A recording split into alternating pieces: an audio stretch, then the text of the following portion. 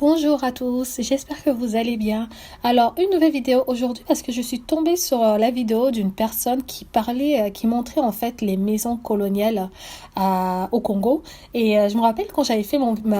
voyage au Congo, je suis descendue jusque dans le bas Congo. J'avais fait un road trip, je suis descendue jusque dans le bas Congo et ces maisons, il y en avait pas mal dans le bas Congo parce que c'était la voie où les colons prenaient l'entrée au Congo, c'était par là, je crois, ouais, par le bas Congo, et ils sont remontés jusqu'à Kinshasa. Donc ils ont laissé pas mal de traces, d'où il y a pas mal des maisons coloniales qui sont aujourd'hui, que je trouve complètement dommage, qui sont complètement abandonnées. Et en plus, ces maisons sont situées dans des sites quand même qui sont pas mal, hein. Vers Moanda, vous en avez pas mal qui sont hyper bien situés. Quand vous allez sur la route de Sianfumo et tout, vous voyez pas mal de maisons coloniales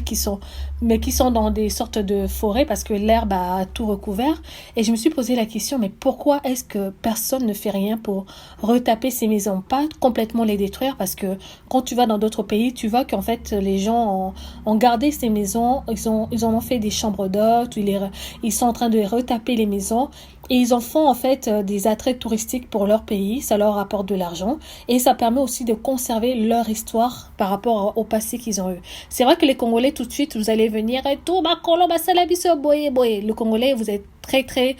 sur les émotions, mais moi ce que je vois là c'est une possibilité de rénover ces maisons pour pouvoir en faire des attractions touristiques pour les chambres d'hôtes, pour que les gens viennent en fait voir qu'est-ce que les colons ont laissé et retracer aussi l'histoire de notre pays, de notre